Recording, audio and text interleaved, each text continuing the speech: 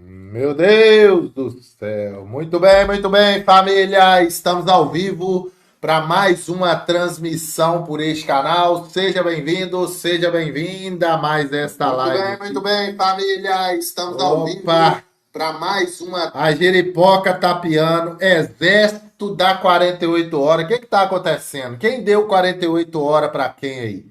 O Exército Brasileiro acaba de receber aí um comunicado. Meu Deus, dá o like, pessoal. Dá o like sem choro e sem vela. Meu Deus do céu. Família, nós vamos falar aqui que agora é batalha, hein? Começou a verdadeira batalha naval. Quem tem rosa, manda rosa. Estamos com a meta aí de 120 rosetas, hein? É, meu amigo, esse daqui, ó, o Donald Trump vai passar a régua e fechar a conta em cima do menininho que tá aí no meio. Ah, papai, o choro é livre. Vai cair muita gente, família. 48 horas. Meu Deus do céu, o que que tá acontecendo, família? Tempos nebulosos estão chegando, família. Eu avisei que essa hora iria chegar. Eu avisei, eu falei de novo. Muita gente aí não acreditou, né? Muita gente aí não acreditou. E o doutor Paulo Faria, advogado de Daniel Silveira, vai denunciar que o cara que não pode pentear o cabelo, preste atenção, vai denunciar o seguinte, que ele vai denunciar ele pela quarta vez. Meu Deus do céu. Pela quarta vez. Lula, orgulho de nós catarinenses. Não, tá de brincadeira, velho. Catarinense votando no Lula. Não, para com isso, para com isso. Tira isso daí, apaga esse trem aí, meu filho. Orgulho de catarinense. Tem algum catarinense aí na live, família? Não faz um trem desse, não, meu filho. Não fala um trem desse, não. Orgulho, não. Para com isso. Fala um trem desse, não. Tira isso daí, tira esse trem daí. Exército Brasileiro, 48 horas, não é 72, não é 48 horas. Ele é um torturador nato.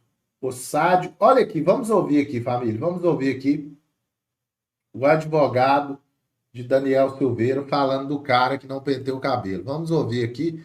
Quem puder aí, pessoal, dá uma força para nós aí. Atenção para essas notícias. Quem puder aí, dá uma força aí. Nos ajude aí para a gente poder estar comprando aí um computador novo em folha, hein? Estamos precisando aí da ajuda de cada um de vocês aí. Preste atenção porque essa notícia é gravíssima.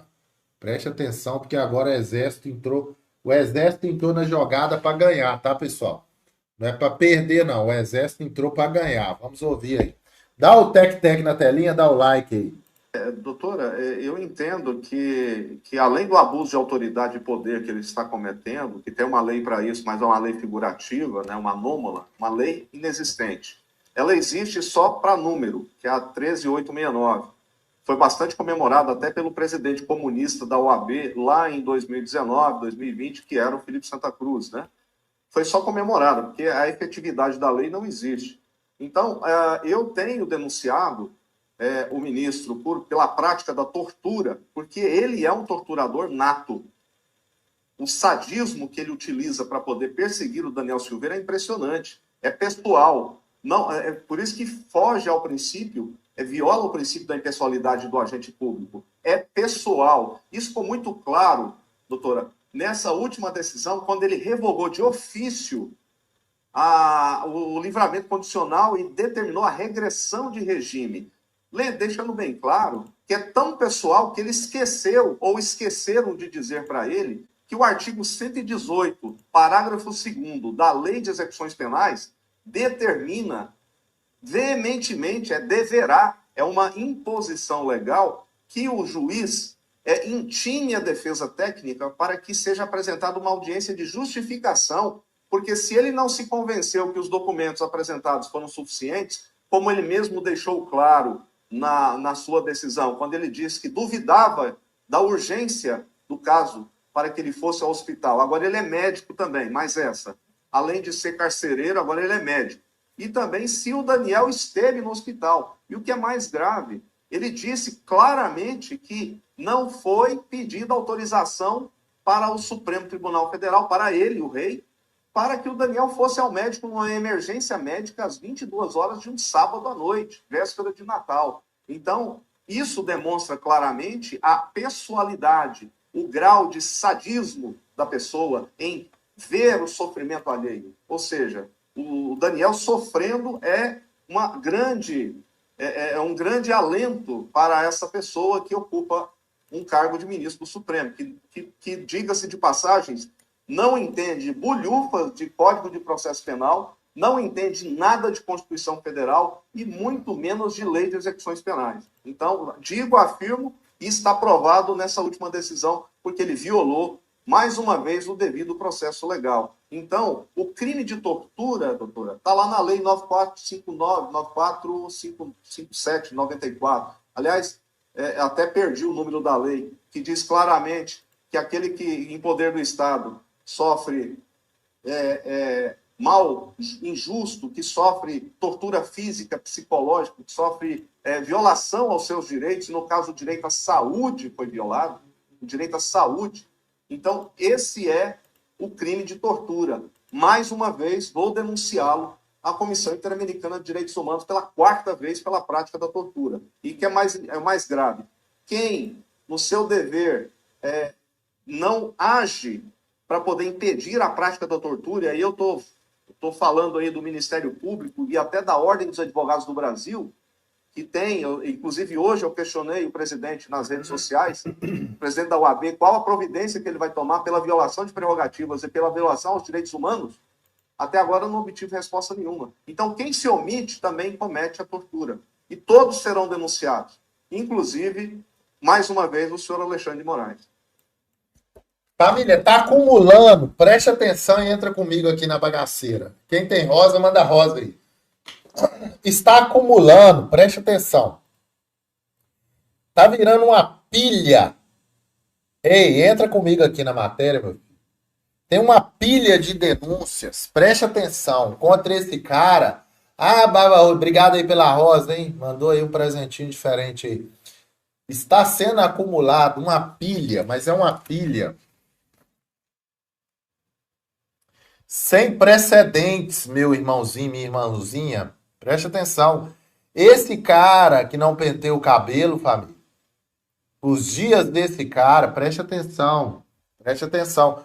Tortura? Por que tortura? Pessoal, o Daniel Silveira, ele urinou sangue, meu irmão.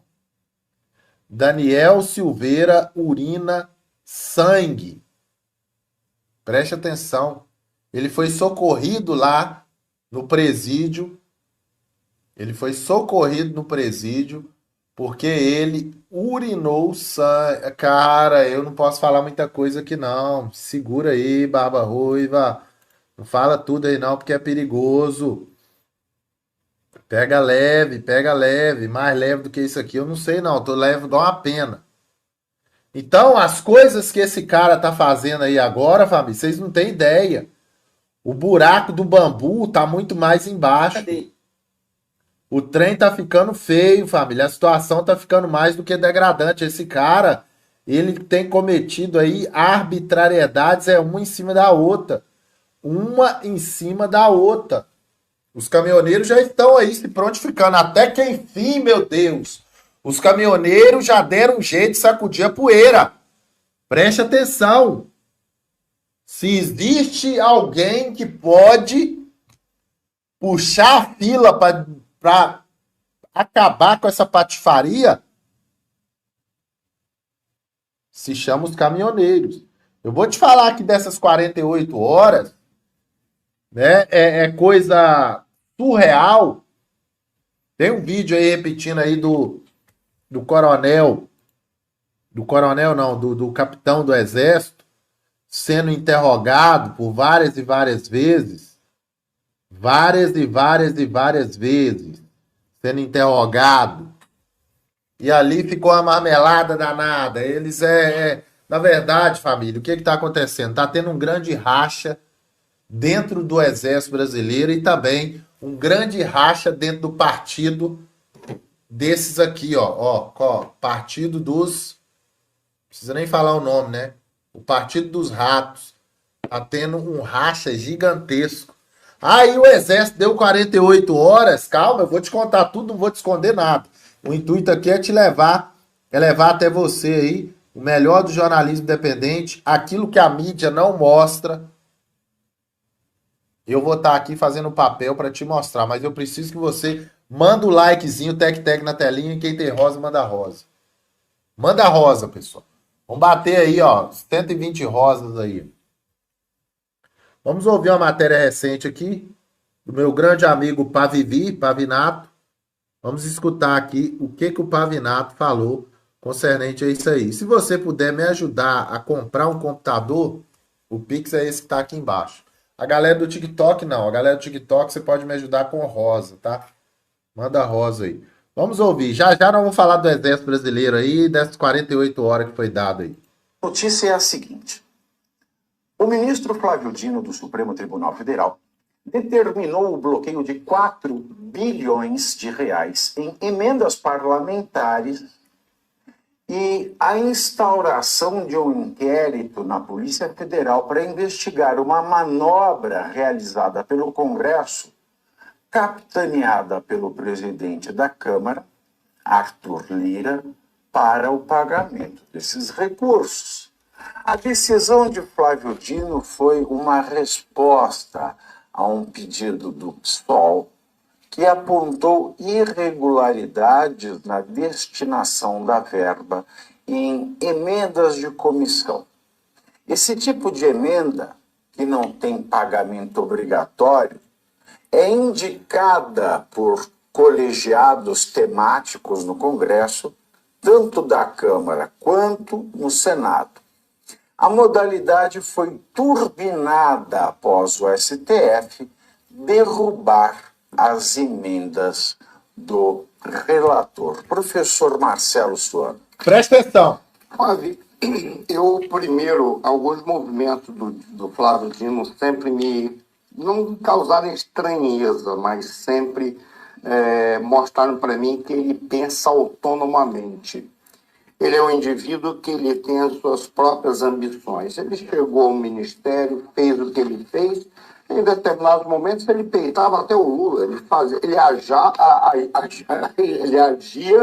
da forma. A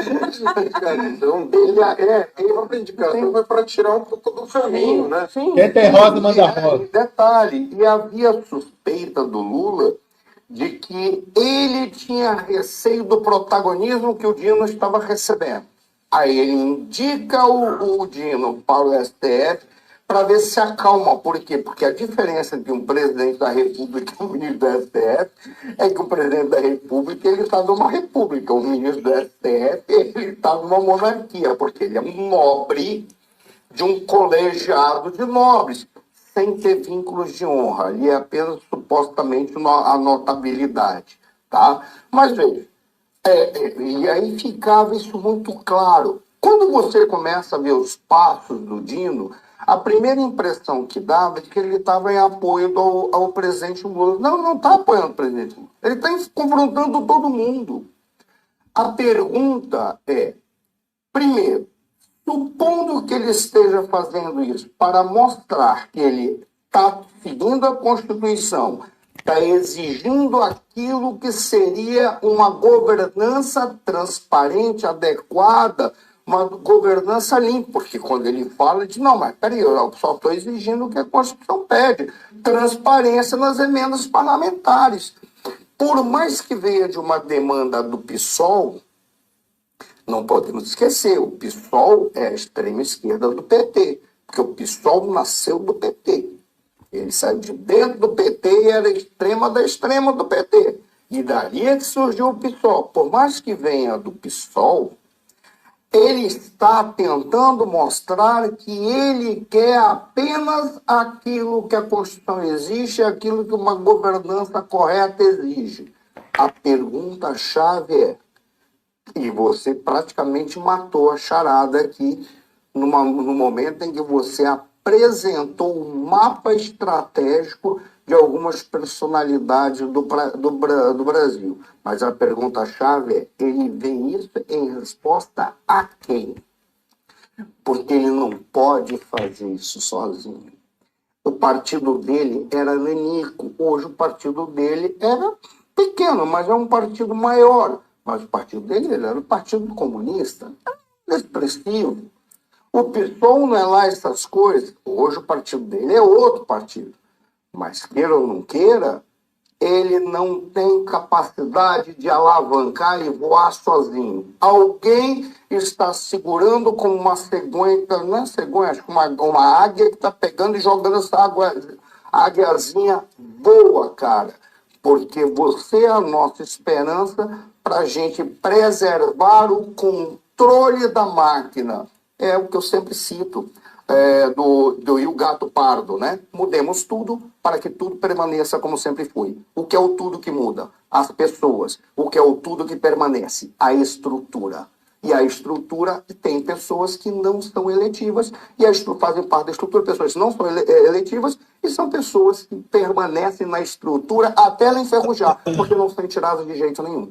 Então, essa é a grande pergunta. Ele está respondendo a quem? Da minha perspectiva, ele está com uma pretensão de governança. Agora, só para encerrar, se o Lula ficar magoado, eu vou dar um conselho para o Lula, que se diz trabalhista. Trabalhista é sempre esquerda querendo ser esquerda de verdade, ok?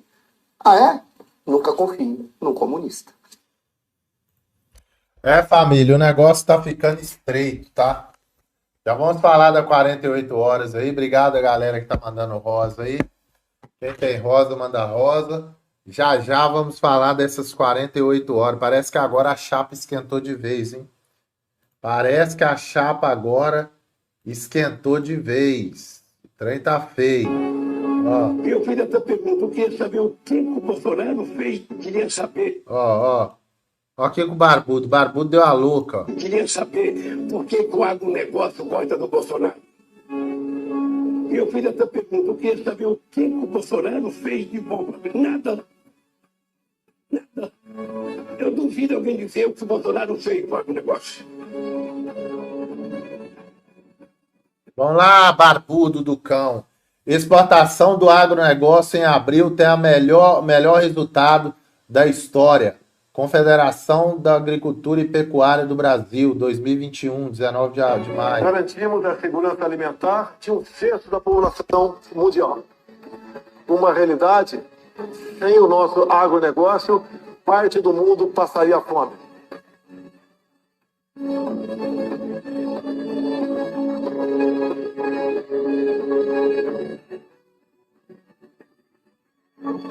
Tem mexida com o homem? Ah, papai. Tem mexida com o homem, sim ou não?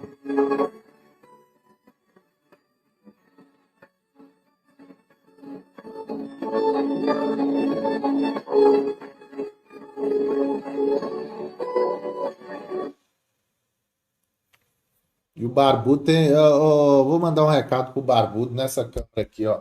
Lava sua boca, Barbudo, antes de falar do presidente Bolsonaro. Pronto, falei. Mandar o recado na câmera. Câmera 1, câmera 2, câmera 2. Queria saber por que... Queria saber, né, Barbudo do Cão? Queria saber se tá sabendo agora. Chicote tá estralando, o bambu tá gemendo e o pau tá mais do que tá mais do que tá estralando. Os dois são responsáveis pelo caos no Brasil. Tá aí, ó. Os dois são responsáveis pelo caos no Brasil.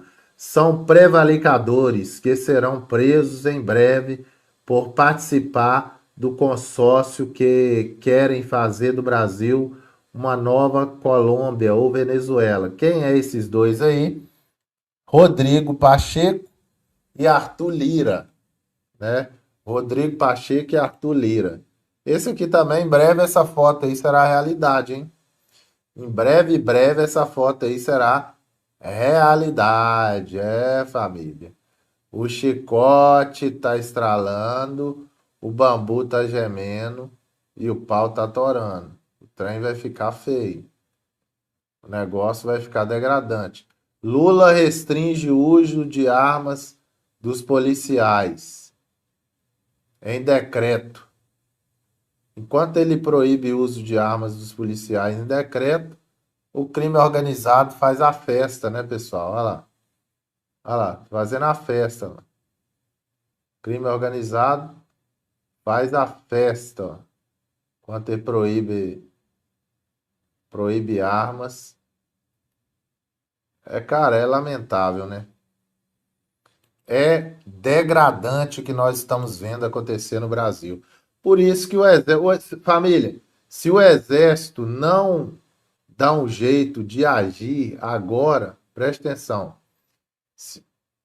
Duas mídias vai dizer que foi uma bala perdida da polícia. Esses caras são malucos demais, bicho. Não tem mexida, não. O cara tá no Natal aí, o que teve de pipoco aí sendo dado é inacreditável. Conheço o time que janja, que custa uma fortuna para fazer tudo que você já sabe. Estamos bem ferrados. O Estadão revela a situação. O Estado de São Paulo, família, para quem não sabe, o Estado de São Paulo, ele é da canhota. É mídia vendida. E até a mídia vendida já está se prontificando, já está se manifestando. A cargo formal no Olha governo, isso aqui. a primeira-dama Janja da Silva conta com uma equipe de ao menos 12 pessoas à sua disposição.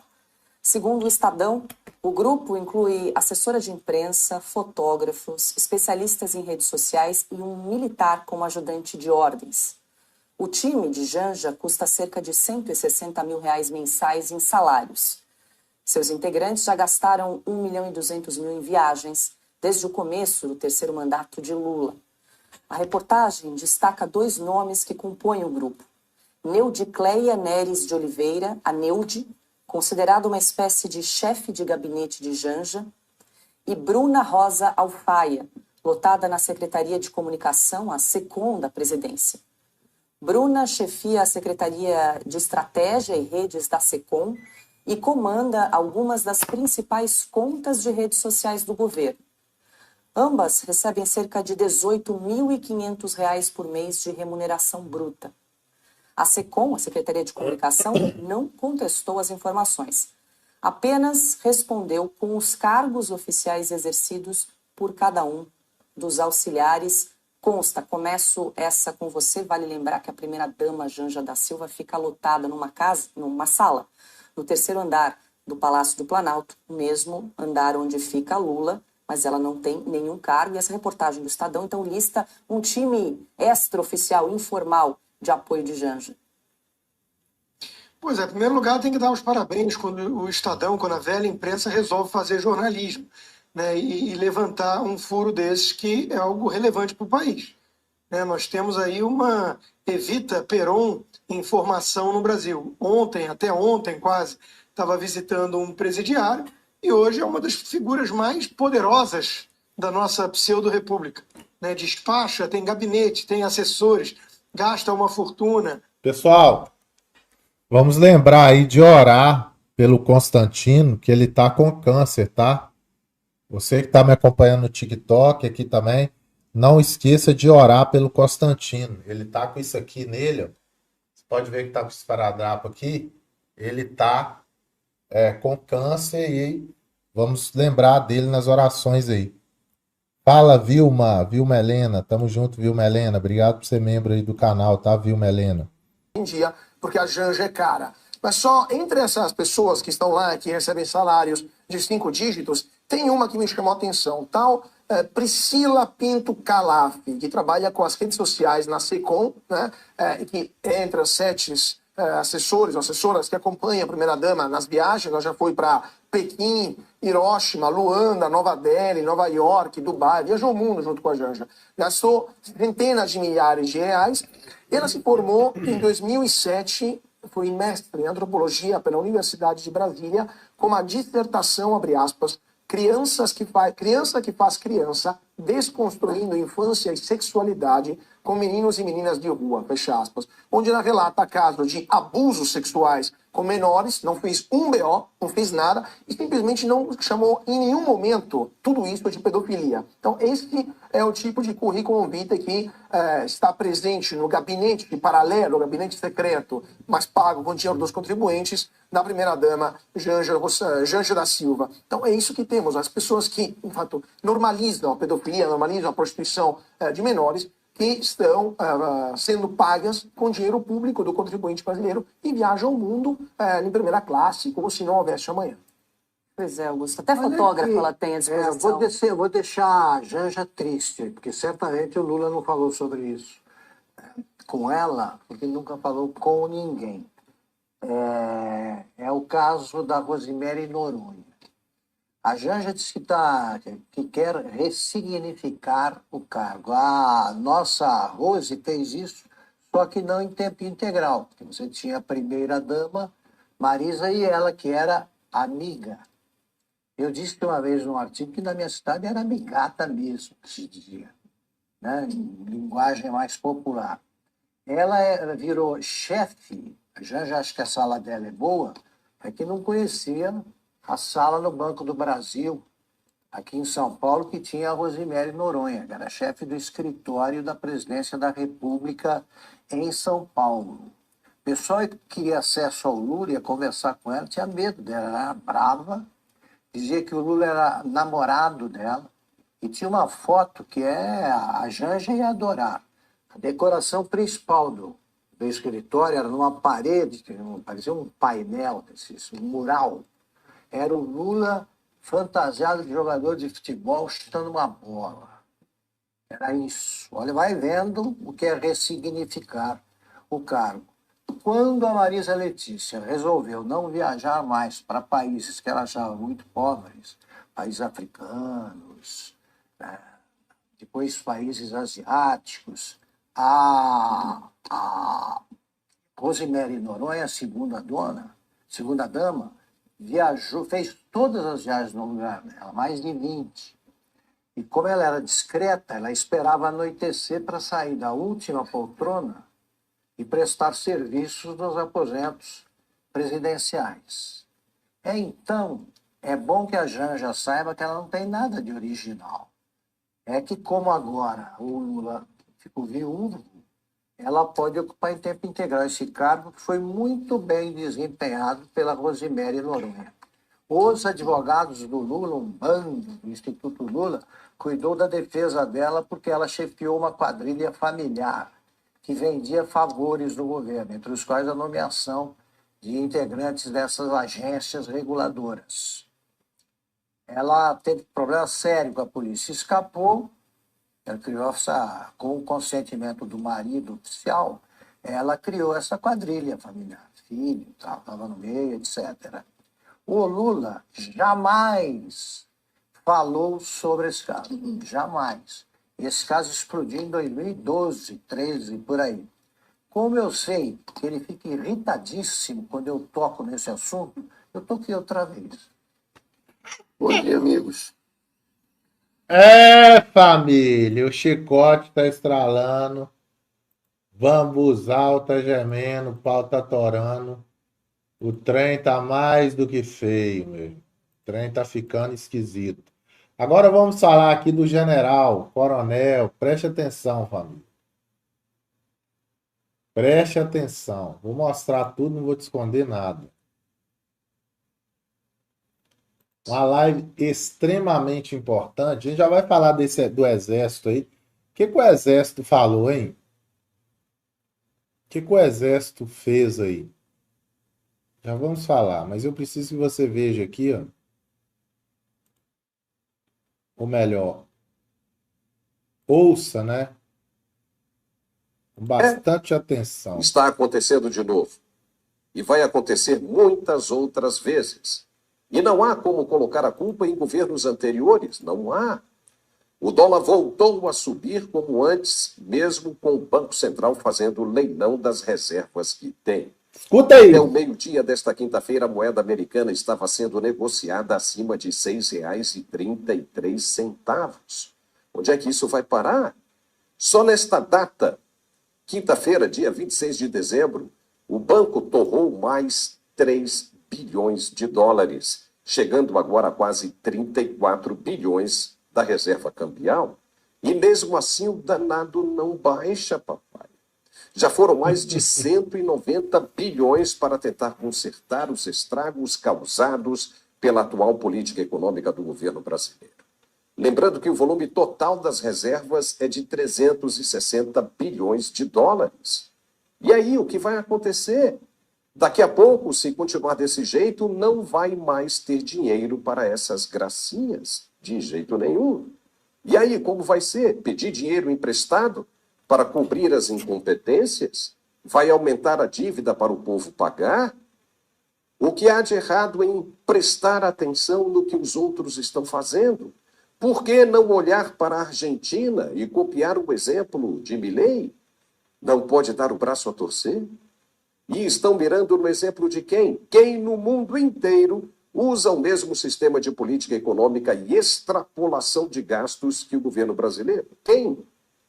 Copiar Javier Milei é dar o braço a torcer, e isso não pode, nem mesmo se o resultado for a implosão total da Federação Brasileira. É isso mesmo? Cabeça dura por causa de ideologia errada resulta em autodestruição. Resta saber quem mais está de acordo com isso. O Brasil do século XXI é outro. Está inserido na globalização e quer o que de melhor os outros estão vivendo. Fazer o quê? Vai ficar aí esperando pela colheita que é prometida a cada final de ano e nunca acontece? Quando é que essa gente vai acordar? Já foram 190 bilhões jogados na fogueira, queimados por causa dos discursos imprudentes proferidos pelas autoridades que comandam o poder. A situação está bem ruim e entrou em estágio de decomposição. É certo que o Congresso Nacional está cheio de gente que pensa em si mesmo e é responsável, sim, pelo que está acontecendo agora, apenas por se deixar comprar com liberação de emendas parlamentares. Até essas pessoas entraram na cota de autodestruição, quem diria, hein? Ao aceitarem vender os seus votos em propostas que beneficiam o governo e aumentam o estrago que estamos presenciando. A se animar e retirar apenas um dos inúmeros pedidos da gaveta e colocar para votação no plenário. Aí acabou. Lembra de Eduardo Cunha e Dilma Rousseff? Pois é. Lira tem o poder de fazer isso ainda no seu mandato. Falta de motivos não é. Aliás, está sobrando. O Executivo quer pressionar o Congresso e o faz da maneira errada. Ainda conta com a ajuda do STF achando que vai dar tudo certo. A resposta pode vir como um tapa bem forte na cara e com um tiro saindo pela culatra. Os ministros Alexandre de Moraes e Luiz Roberto Barroso são os campeões de pedido de impeachment no Congresso, no Senado. Já pensou se os senadores colocam isso para andar também em resposta ao que estão sofrendo com as ações do ministro Flávio Dino? Como se vê, quem nunca comeu quando come se lambuza. Os caras não estão sabendo como lidar com a situação e estão se destruindo, eles mesmos. Um castelo de cartas que começou a se implodir. Não tem mais jeito. E o destino todo mundo já conhece. Agora, você acha que essa turma tem combustível para aguentar a pressão por mais 2 anos? Você me diz nos comentários. Vamos fazer agora um intervalozinho para um recado. Família, é o seguinte. Mexeu com o dinheiro dos parlamentares, o impeachment vai brotar. Ah, papai, até rimou, hein? Mexeu com o dinheiro dos parlamentares, o impeachment vai brotar. Preste atenção e vem comigo, que eu vou mostrar aqui agora. Olha. Eita que o negócio vai ferver, hein? Daqui a pouco eu vou falar disso aqui, família, ó. General e esse cara. Rapaz, saiu até fogo no debate. Preste atenção, família, vem comigo. Que o bambu, ele não tá gemendo, não. O bambu tá berrando. O bambu está berrando. Coronel piloto, preste atenção, família, coronel e piloto da FAB vem a público e joga tudo no ventilador, meu irmão.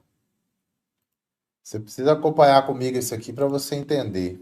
Um vídeo com algumas reflexões sobre alguns temas. Eu lembro que esses meus vídeos não são reflexões sobre alguns temas. Está chiando. Ouça. Boa tarde, amigos. Mais uma vez aqui com um vídeo com algumas reflexões sobre alguns temas. Eu lembro que esses meus vídeos não são de modo algum monetizados nem nada, e que eu os distribuo a um grupo de amigos seleto, mas não me incomodo que eles sejam repostados, né? E fico até... Presta atenção o que o coronel falou. Os que receberem esse vídeo e não me conheçam, eu sou o Tenente Coronel Flávio Kaufmann, sou veterano da Força Aérea Brasileira, segunda geração da família na FAB. Eu sou o Tenente Coronel Flávio Kaufmann, sou veterano da Força Aérea Brasileira, segunda geração da família na FAB, e com muito orgulho piloto de caça. Hoje eu trago um tema para discutir que é a espinha dorsal da nossa atividade como militares, né? Que é a disciplina. E eu gostaria de iniciar com uma frase de um coronel do Exército, Coronel Marcelo Oliveira Lopes Serrano, que eu li recentemente, né? Onde ele diz que a obediência, manifestação explícita da disciplina e base fundamental das Forças Armadas, não pode ser cega, irrefletida e existente. Ela precisa acordar-se com o acatamento dos valores basilares que a legitimam. Caso contrário, corre o risco de desvirtuar-se, transformando-se em subserviência, ou seja, em simples submissão de uma pessoa à vontade da outra. Aqui o coronel começa uma crítica severa, como vocês estão vendo, principalmente a autoridades que estão cedendo a qualquer coisa em nome da disciplina, da hierarquia, onde tudo se pode fazer sem que os militares tomem nenhuma providência contra. Veja a próxima frase do coronel. Ele é duro em suas palavras. Bate doído, hein? O soldado que assassina o rei, ele é um traidor ou não é? Nem sempre. Se o rei está louco e pretende queimar a cidade inteira, a traição maior à pátria seria não o fazer, né? Respondendo essa pergunta metafórica de um jovem amigo, essa foi a conclusão que eu cheguei sobre um personagem daquela série Game of Thrones, que era o Jaime Lannister, o matador de reis, né? Uma série de enorme sucesso na TV recentemente, né? No Brasil moderno, esse regicida, né, ele teria problemas em descumprir a ordem real de queimar todo mundo. Pois se a obediência é hierárquica, quando a ordem é manifestadamente ilegal, à luz do direito civil, fator excludente de culpabilidade, o mesmo não se aplica no caso militar. Nesse caso, de acordo com o Código Penal Militar, a obediência deve ser absoluta. Nunca relativa. Manda quem pode, obedece quem tem juízo. Que forças poderiam, então, contrabalançar tamanho poder de um comandante no caso de uma ordem inconstitucional? Bem, o aviador e escritor Saint-Exupéry começa a responder a questão quando sentencia que a autoridade repousa na razão. Quer ser obedecido? Dê ordens razoáveis. Vocês estão entendendo a crítica do tenente-coronel aviador, piloto de caça Kaufmann? Quer ser obedecido? Dê ordens razoáveis. A razoabilidade deve ser a base de uma ordem emanada para alguém que deve cumpri-la. Continua. Mas o que seria razoabilidade numa ordem, né? Por exemplo, qual a razoabilidade em comandar cargas de infantaria morro acima contra um inimigo entrincheirado e mais bem armado, como fizeram os comandantes italianos na frente ao Pino, em 1916, provocando a morte de mais de 500 mil soldados? Ou na decisão de Leônidas, de Esparta, de combater até a morte nas Termópilas, contando com 300 bravos contra um inimigo que escurecia o céu com a quantidade de suas flechas? Bem, a resposta é que as ordens acima, cuja racionalidade poderia ser facilmente questionada, cumpriam razões da pátria e que, como tal, se sobrepõe às de ordem pessoal. No entanto, se não há limite para a extensão de uma ordem, que pode então requerer até mesmo o sacrifício da própria vida, há, por outro lado, claros limites no que se refere à sua razoabilidade. Na maior parte das vezes, não há o que raciocinar, já que o comandante e o comandado, por formação, deverão estar sempre, ambos, alinhados com os interesses da Constituição e da pátria. Mas o que fazer em caso de dúvida? Como identificar se as razões do comando se coadunam com as da pátria, e não apenas com as que atendem exclusivamente ao projeto político de algum grupo que temporariamente detém o poder? Vocês estão entendendo a frase aqui do Coronel Kaufmann? Como diferenciar se essa ordem ela está tendo razoabilidade ou se está apenas querendo agradar? Desculpem o termo, lamber as bolas de quem está mandando atualmente em determinado governo ou que ocupa temporariamente um cargo em determinada situação no país. Vocês estão entendendo? Vamos em frente. Bem, essa dúvida assaltava a mente dos oficiais do 2º e do 10º Grupo de Aviação, o SAR, na base aérea de Cumbica, quando, ao estourar a Revolução de 31 de março de 1964, o comandante do esquadrão, Ari Caldeira, se declarou a favor do governo comunista de Jango Goulart. Na mesma tarde, frente a esse mesmo dilema, estavam os oficiais da base aérea de Santa Cruz, pois o comandante da base, o brigadeiro Rui Moreira Lima, já vinha se declarando havia um bom tempo favorável ao projeto comunista do Jango e Francisco Julião. Cumprir a ordem do governador Brizola de que os sargentos matassem seus oficiais, como eu mesmo ainda garoto ouvi no rádio de pilha, ou romper com a legalidade e prender os comandantes comunistas fazendo valer a vontade da maioria da sociedade. Vocês estão entendendo aqui a crítica do coronel? Eu sei que vocês estão. Ele está buscando na história um evento, né, quando um comandante era comunista, Rui Moreira Lima, né, de um esquadrão aéreo na Força Aérea, e então os oficiais tinham que reagir. Iam ficar do lado de quem? Já que Brizola tinha mandado assassinar, que os sargentos assassinassem os seus oficiais. Continua o coronel. Tá? Bem, nesses casos que se configuram num dilema enunciado anteriormente por Samuel Huntington, deve-se buscar apoio na ética e nos valores morais, que representam a expressão dos valores castrenses intangíveis. Aquele mesmo conjunto de valores que são desenvolvidos no início da carreira e que tornam o militar um ser de consciência moral e que devem acompanhá-lo durante todo o decorrer de sua vida. Explico melhor. Sendo a hierarquia e a disciplina os dois pilares básicos em que se apoiam as Forças Armadas, uma decorrência lógica é o fato de que, entre dois militares, seja sempre possível afirmar a existência de uma distinção hierárquica entre eles. Um deles é superior ao outro. A disciplina é que produz em ambos o acatamento dessa condição. Um comanda e o outro é comandado. E mesmo o que é comandado também exerce o comando em seu nível sobre outros comandados. Fazendo uma extrapolação, o comandante dos comandantes máximos é o governo, um órgão transitório de administração, eleito pela maioria, que deve estar a serviço do Estado, agente político que representa a sociedade territorialmente estabelecida e politicamente organizada.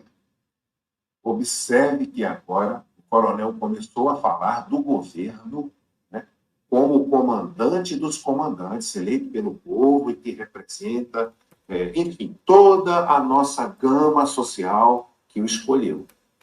Vejam agora o que ele diz. O problema passa a ocorrer quando os interesses desse governo estiverem em desalinho com os interesses do Estado ou da sociedade, na pátria. E nessa condição, a herança cultural, a ética e os valores morais, filtrados pelo pensamento crítico, podem ser os únicos parâmetros válidos para medir a razoabilidade de uma ordem. Parece sopa de letra, não é isso? Pois aí vão dois cases, como gostam os mais acadêmicos, sobre o papel das Forças Armadas. Mas, por favor, não esperem respostas prontas, pois os casos são contemporâneos e, como tal, dinâmicos. Né? A Venezuela, quando lá estive como cadete em 1975, competindo no Festival Olímpico, estava incluindo entre os países mais ricos e culturalmente mais avançados da América Latina. A partir da ascensão de Hugo Chávez e a implantação de uma ditadura socialista, posteriormente respaldada pelas urnas, num processo sob intensa suspeição, a elite intelectual e econômica nacional se transferiu quase toda para a América do Norte. A partir daí, a compra da maioria dos eleitores nas camadas mais simples da população passou a ser feita progressivamente, através de programas sociais de distribuição de renda. O absenteísmo inicial da cúpula das Forças Armadas, frente ao dilema moral que se apresentava, foi imediatamente sobrepujado por um processo de renovação nos rankings nunca antes ocorrido. Preste atenção ao que ele vai falar agora da Venezuela. E para você que está chegando agora, tá? Estou interrompendo para sintonizar você. Isso, latino, O que né? ele vai dizer agora é muito grave. A Venezuela começou, então, a ser comandada por oficiais cubanos. Tá? Prestem atenção. O governo foi contra os interesses da população na Venezuela. Atenção ao que ele está falando. Tá? E aí só tinha um jeito, subjugar as Forças Armadas e colocaram eles sobre o domínio de cubanos. Ouça, ouça. Como resultado, em pouco tempo, jovens oficiais, cooptados pelos socialistas, já ocupavam os principais postos de comando. O credo comunista, inspirado por Cuba, professado por um judiciário ativista, permitiu um sem número de mudanças na Constituição, que deram ao bolivarianismo um enorme poder sobre o Estado. Como em toda experiência comunista, hoje a Venezuela, que conta com imensas reservas de petróleo, vive o desabastecimento e a miséria econômica. Seus meios de comunicação estão amordaçados e mesmo o jornalismo internacional livre sofre constante perseguição do governo. A cultura nacional foi toda comprada a favor do socialismo. Iniciando com o programa de importação de médicos cubanos, o país conta hoje com mais de 6.000 consultores cubanos remunerados, comandando diversas instituições, entre elas as Forças Armadas. Além de uma bem equipada Guarda Nacional, os cubanos montaram grupos civis armados, chamados coletivos, que só atendem ao comando dos próprios chefes cubanos. Né? Esses grupos, conforme fartamente documentado em vídeos da internet, eles têm atirados dos manifestantes com munição real, pasma, né? Juntamente com as tropas do exército venezuelano. Não há mais qualquer dilema entre os soldados venezuelanos. Eles foram vencidos e hoje servem a seus tiranos. Por aqui, nos governos de esquerda, foram assaltados os cofres públicos. O Congresso vem sendo comprado com emendas parlamentares. As instituições sofrem aparelhamento. Foi criada uma Guarda Nacional. A política externa foi desvirtuada. Os eleitores pobres foram comprados com Bolsa Família. Foi instituída a racialização da sociedade e a identidade de gênero. Eliminada a meritocracia, oficializada a corrupção, liberada a baderna e a invasão de propriedades, feitos investimentos desastrosos em Cuba, Angola e Bolívia e trazidos anteriormente os indespectíveis médicos cubanos em regime de servidão. A mídia tradicional, com poucas exceções, foi silenciada com o uso de verbas públicas, ao ponto de até mesmo, pasme, vir a apoiar uma censura do bem. E assim a liberdade de expressão na internet já se vê ameaçada atualmente por uma lei de censura prévia. Quantos dedos tem aqui? Lembra-se do Grande Irmão, de George Orwell, 1984, e de sua verdade incontestável?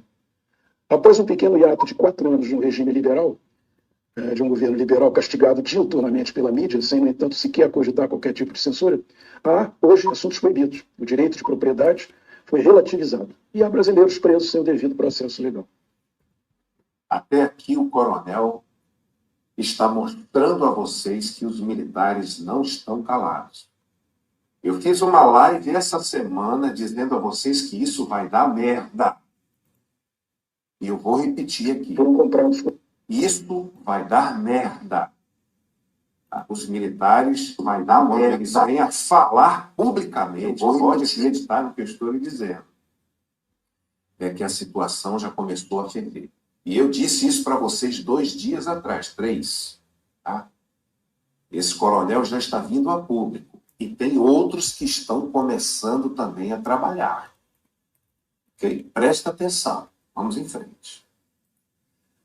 Juízes do Supremo Tribunal Federal ultrapassam muito suas atribuições constitucionais e mandam no país, silenciando antagonistas e utilizando a Polícia Federal como instrumento político, sob a vista grossa das lideranças do Congresso Nacional e da Corte de Justiça mais antiga do país, o Superior Tribunal Militar, que possui competência para declarar a inconstitucionalidade de lei ou ato normativo do poder público. As Forças Armadas, como Pôncio Pilatos, se abstiveram publicamente, mesmo após terem atestado por escrito a falta de confiabilidade do processo eleitoral. E hoje prestam continência a um comandante supremo que as despreza e que não reúne os valores morais exigidos para o cargo. Vocês estão ouvindo? Isso está partindo de um tenente-coronel aviador da elite da Força Aérea Brasileira, um piloto de caça. A ponta da lança da Força Aérea Brasileira. Tá? Vocês estão ouvindo, sem medir palavras, corajosamente, o tenente-coronel Kaufmann está pondo suas palavras para o público.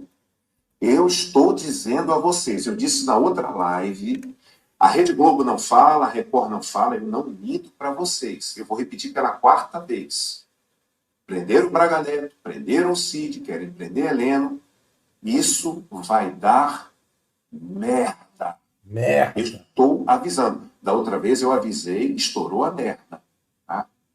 Então, vamos em frente. E eu estou avisando também. Com a volta de Lula, inúmeros fatos do dia a dia mostram a progressiva comunização do regime. Muito embora, se analisarmos a cultura nacional e a ideologia da maioria da população, veremos que os valores da sociedade continuam sendo religiosos, liberais e democráticos.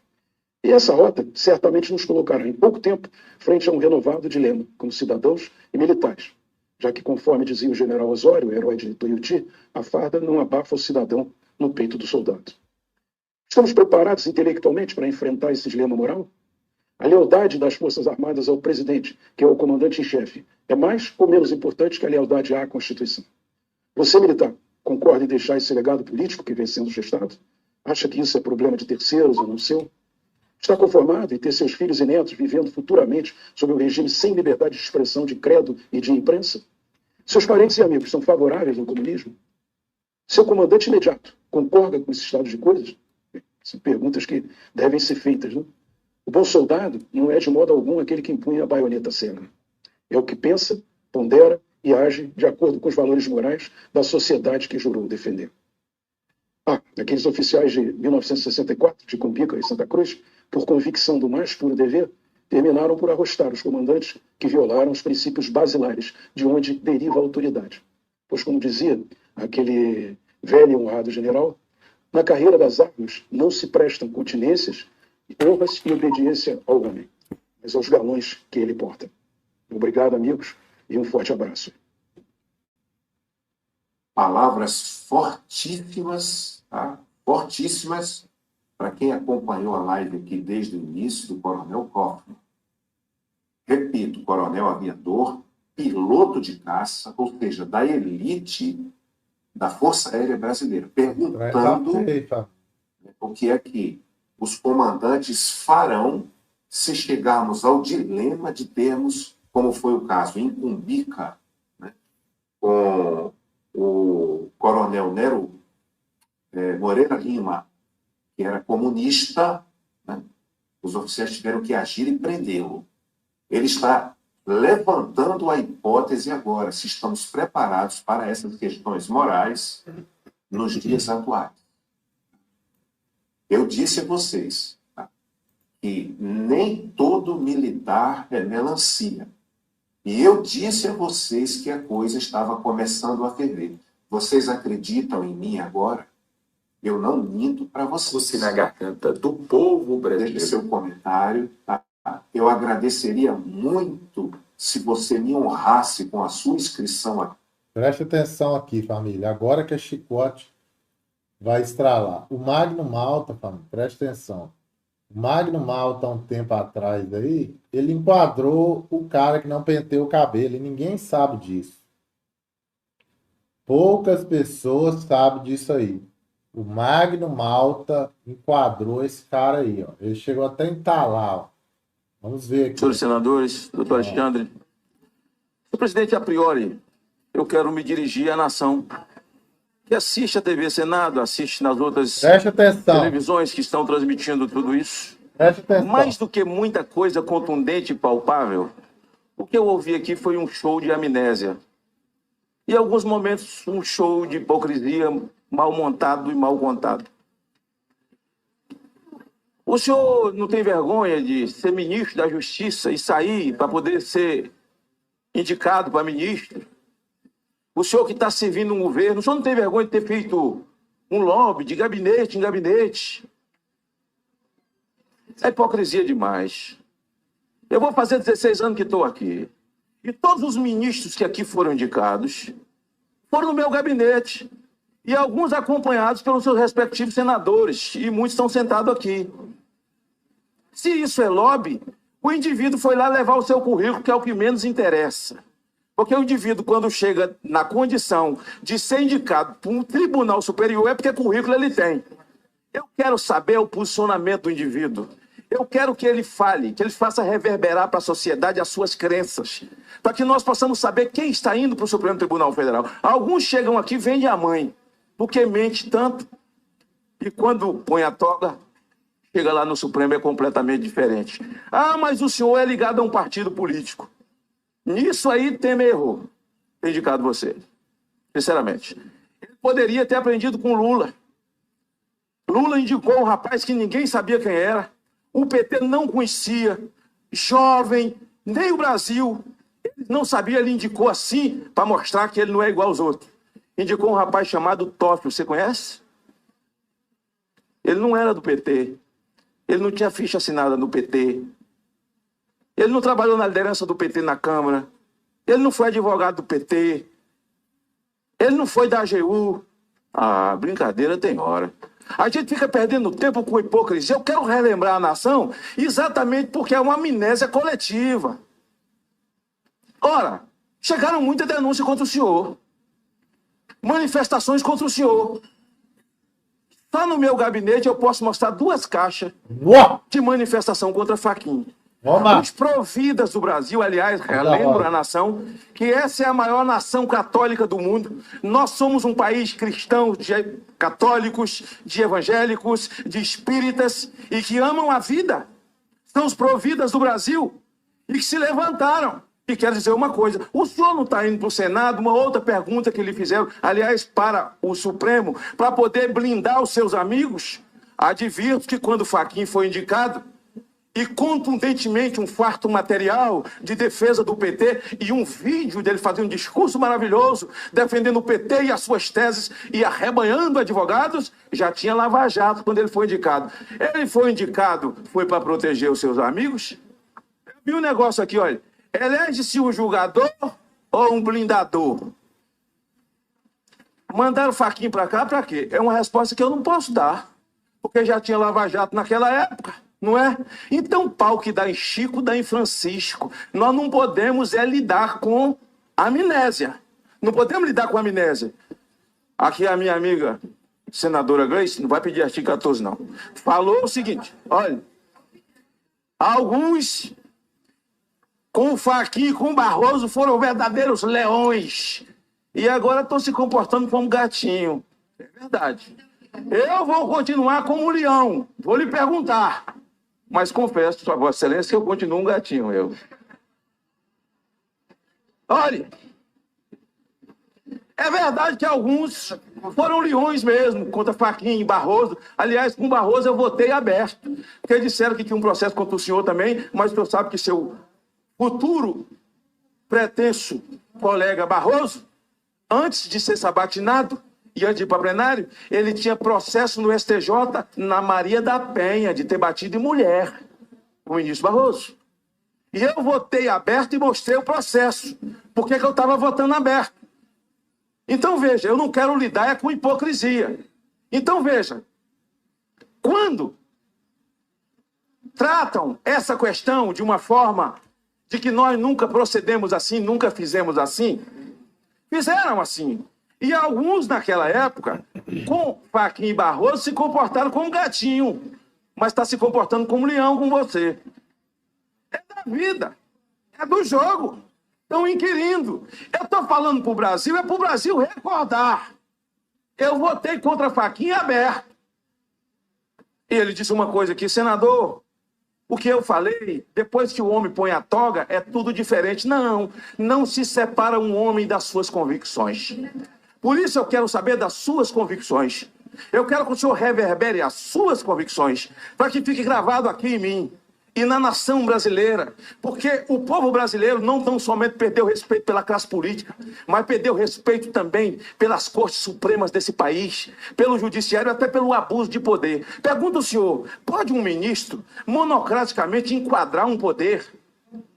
Agora a Câmara foi enquadrada por Fux, que é meu amigo faixa preta de jiu-jitsu. Ouça. Pode o Senado ser enquadrado por um ministro numa decisão monocrática? Aí não é democracia, nós não temos separação de poderes. A nação não pode pagar pelas convicções. Vossa Excelência disse aqui que naquilo, eu vi isso pelo rádio, onde envolver ou processos ou onde Vossa Excelência militou como advogado, se julgará impedido. Parabéns. Porque o ministro Barroso advogou para a Marcha da Maconha e para ONGs abortistas. E ele tem que se julgar impedido dessas matérias que são caras para uma nação cristã nesse país. Passo a perguntar. Alguns pontos pode anotar. Quero ouvir com a claridade desse momento que Vossa Excelência pensa sobre o aborto.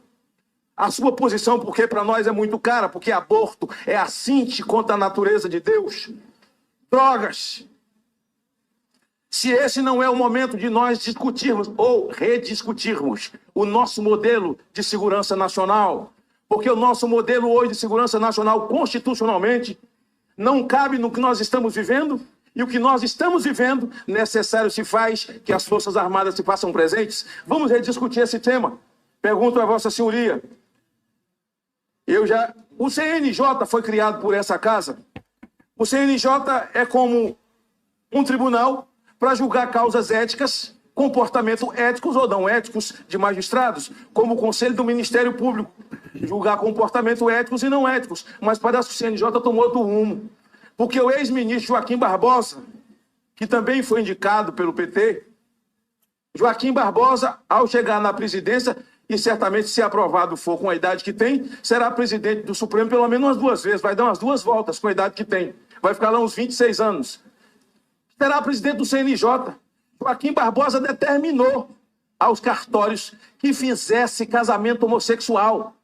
Ora, cada qual segue seu caminho, mas o CNJ é o Legislativo, é o Senado, é a Câmara, está usurpando de um papel que não é seu. Aliás, o Supremo Tribunal Federal tem feito ingerência nos poderes e causado na população brasileira esse repúdio tanto ao judiciário, esse desrespeito nas redes sociais, quanto na classe política. Pergunto a Vossa Senhoria, ainda, senhor presidente, já encerro aqui nas minhas perguntas, qual a sua posição sobre o infanticídio? Nós temos hoje entre 30 e 40 tribos que ainda praticam infanticídio e com a defesa daqueles que defendem direitos humanos como se os humanos não tivessem direito. Sua posição sobre isso e a sua posição pelo fato de uma turma do STF ter decidido, dado uma liminar para que o preso receba por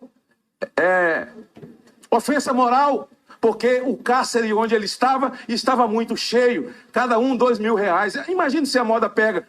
E nós vamos agora indenizar quem anda em ônibus cheio, porque não tinha que andar com um trem cheio. Quem fica numa fila quando devia ter se atendido prioritariamente, essa posição da Suprema Corte, senador. O ministro Alexandre, gostaria que você comentasse e encerre o senhor presidente dizendo o seguinte: quando o senhor disse, e foi citado aqui não sei por quem, que os manifestantes são baderneiros, não errou não, são baderneiros mesmo. É homem travestido de criança com 17 anos, que não confunde escopeta com chupeta. Quero saber a sua posição sobre redução da maioridade penal numa sociedade. No meu estado, de cada 10 crimes que aconteceu agora, com a greve da polícia, 7 tem um homem travestido de criança com a escopeta na mão e sendo defendido por aqueles que defendem direitos humanos, como se os humanos não tivessem direitos. Por isso eu gostaria que Vossa Senhoria fizesse reverberar a sua posição, para que uma nação cristã conheça a sua posição e o povo volte a acreditar. E Lava Jato, encerro, é um patrimônio do povo brasileiro. Gostaria que o senhor descrevesse sobre a sua posição ao chegar ali, a sua posição de independência, de julgar nos autos, porque há muito lhe foi perguntado se lá vai para defender os seus amigos. E se acredita de fato, porque se a Lava Jato erra tanto, nunca reformaram uma vírgula do Moro. Por isso, pergunto qual será lá a sua postura e a sua posição. Com relação às críticas, fiquem em paz, porque todos visitaram todo mundo, todos o beijaram na mão e depois viraram os deuses do Olimpo. Encerro lhe perguntando, virando ministro, quando um cidadão comum, um senadorzinho desse aqui, igual eu, semi-analfabeto, e um deputadozinho ou um vereador, lhe pediu audiência, o senhor vai receber no seu gabinete ou vai receber em pé naquele salão, no meio de um monte de gente, como se Deus você fosse? A palavra, doutor Alexandre Moraes. Agradeço as considerações e questões do senador Magno Malta e vou tentar responder por grupos. Começando algo que eu comentei já na resposta com o senador Aloysio, a questão da colegialidade. Sem entrar, obviamente, no caso concreto outro, de liminar, não, porque o caso concreto eu não tenho conhecimento dos requisitos presentes naquele momento. Mas a ideia de colegialidade é uma ideia para todos os tribunais superiores e principalmente para as cortes supremas, exatamente para que no pluralismo da complementariedade de várias experiências de diversas pessoas e de diversos caminhos, as pessoas possam analisar e dar uma segurança jurídica maior àquela decisão. Tanto que o próprio Congresso Nacional, e me referi a isso já em 99, aprovou duas leis importantes, a 9868 e a 9882, para que no controle concentrado, ação direta, ação declaratória, arguição de descumprimento de preceito fundamental, como regra, a liminar ou a negativa da liminar deveria ser analisado pelo colegiado. Entendo, como a lei determinou, e a própria lei traz exceções que às vezes devem ser aplicadas, mas que a ideia da colegialidade traz um maior equilíbrio entre os poderes e uma maior segurança jurídica.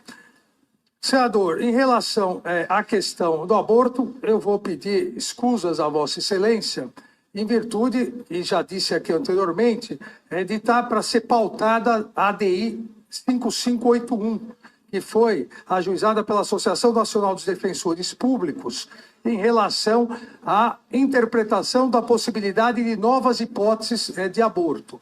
E, eventualmente, se Vossas Excelências assim entenderem e me aprovarem, eu, se me adiantar, ficarei com dificuldade de participar do julgamento. Da mesma forma, em relação à questão das drogas, que, inclusive, a descriminalização ou não, estava com vista no gabinete do ministro Teori. E da mesma forma, se aprovado for, estará com vista no gabinete que eu irei suceder. Faço um rápido comentário que fiz aqui em questão semelhante, no tocante a, independentemente da questão ideológica e de mérito, que não entrarei nesse momento, nós temos que focar como grande, eu diria, objetivo em relação às drogas, o traficante.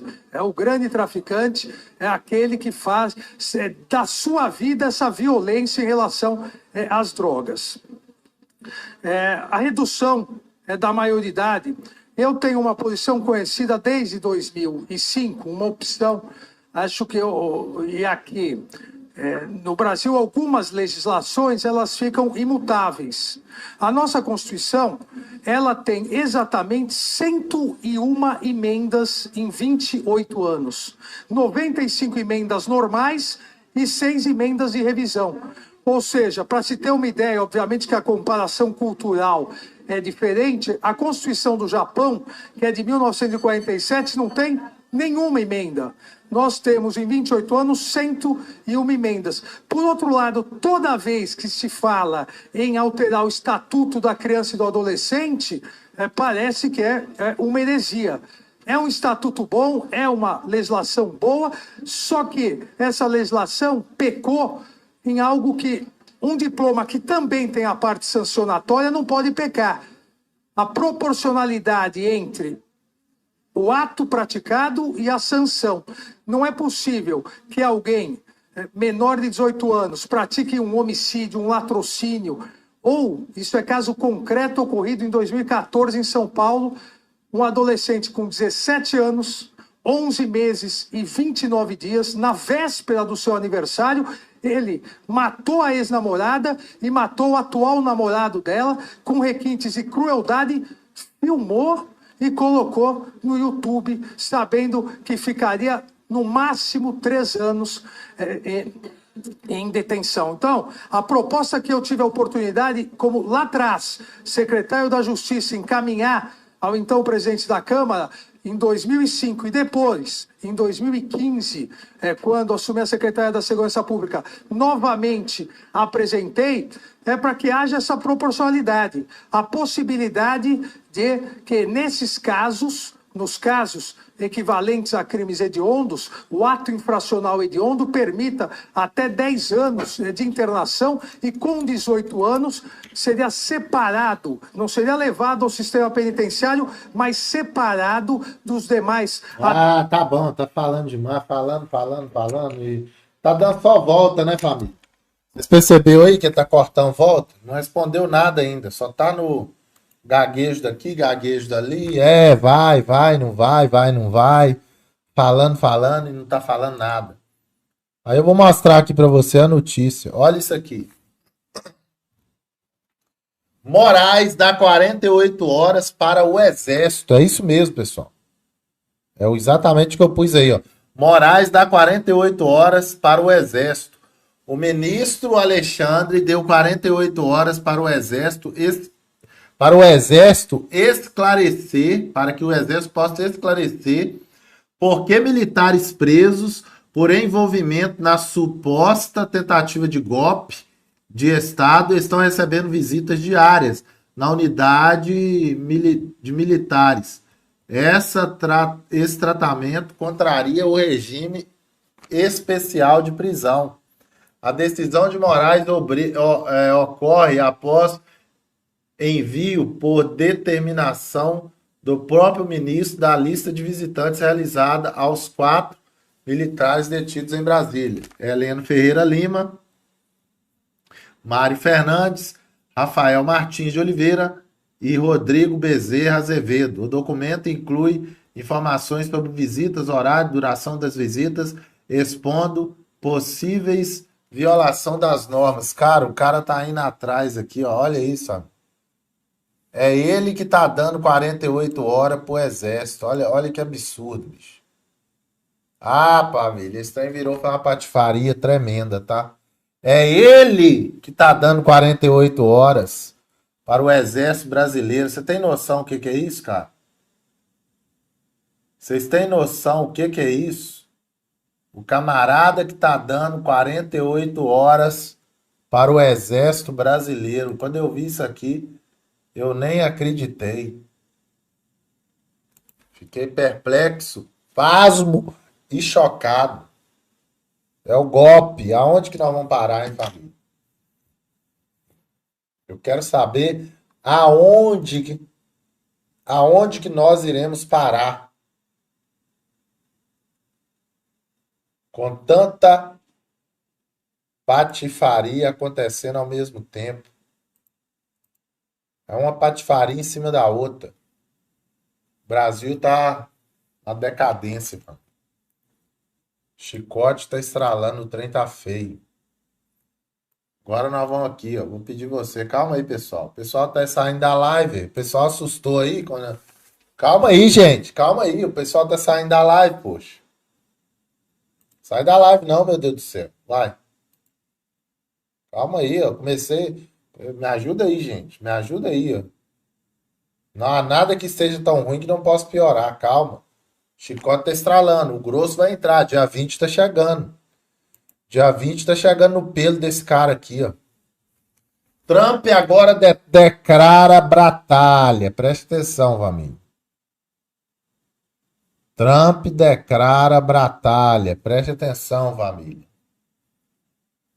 O cerco fechou para esse cara aí. A limpeza na Venezuela. Depois será o Brasil. Ah, papai. Dias de glória, dia de luta. Dia de luta, dia de glória. Uma verdadeira bomba agora no Exército. Eu vou mostrar isso aqui, não vou esconder nada. Antes eu vou pedir você que tá chegando na live aí agora, manda uma rosa aí, meu Deus do céu. O povo do TikTok tá dormindo aí, gente. Acorda, gente, ó. Quem tem rosa, manda rosa aí, gente. Manda rosa aí, meu Deus. O pessoal esqueceu. O pessoal tá cochilando aí, gente. Tec-tec na telinha aí, gente. Ninguém dá um tec-tec, ninguém manda uma rosa, ninguém fala nada. Aí não dá, não dá. Assim não dá, pessoal. Não dá mais. O pessoal não manda nada, nem um likezinho aí, ó. Não dá. Aí, filhão, acorda, gente. Acorda, manda rosa, manda rosa. Tec-tec na telinha, manda rosa, manda rosa. Não é manga, não, pessoal. Não é manga, não. É mandar uma roseta. Então nós vamos para aqui agora, ó. Presta atenção. Você vai clicar nessa capinha aí, ó. Trump declara guerra à Venezuela. Clica aí que a gente já vai começar a live lá ao vivaço, hein? Clica aí que a live já vai começar. Bora lá todo mundo.